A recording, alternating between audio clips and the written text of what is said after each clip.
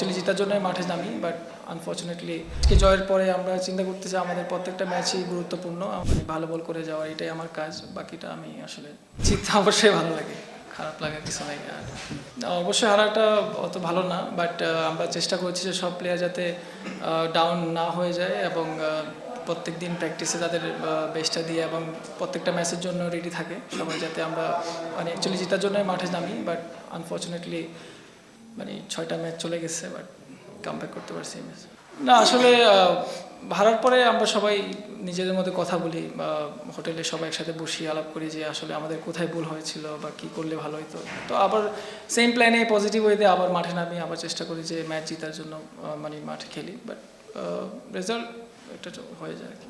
না ওরকমই কিছু, মানে আমি মানে চাচ্ছিলাম যে প্রথমে সুইং করে বের করি, পরে একটা মানে অ্যাঙ্গেলে একটা বল করবো, এরকম একটা প্ল্যান ছিল ওনার জন্য, বাট ও এক্সিকিউট করতে পারছে না। আমাদের এখন মানে প্ল্যান যেটা মানে আজকে জয়ের পরে আমরা চিন্তা করতেছি আমাদের প্রত্যেকটা ম্যাচই গুরুত্বপূর্ণ। আমাদের মানে আজকে যেভাবে খেলেছি অবশ্যই বাকি ম্যাচগুলো তো আমাদের সেম এফোর্ট থাকবে ইনশাল্লাহ, আর আমরা চেষ্টা করবো যে জয় নিয়ে মাঠ থেকে বের হই। না অবশ্যই ম্যাচ হারলে সবারই খারাপ লাগে, ওনারা আমাদের সাপোর্ট করতেছে সেই প্রথম ম্যাচ থেকে, তারা আসতেছে মাঠে আমাদেরকে সাপোর্ট করতেছে। বাট ওনাদেরকে আমরা মানে মানে কি ম্যাচ হারার পরে ওনারা অবশ্যই কষ্ট লাগতেছে। বাট আমি বলবো যে অবশ্যই আমাদেরকে মানে সাপোর্ট করবেন নেক্সট ম্যাচগুলোতে, যাতে আমরা আমাদেরকে মানে উপহার দিতে পারি, সবগুলো মানে জিততে পারি সব ম্যাচগুলো।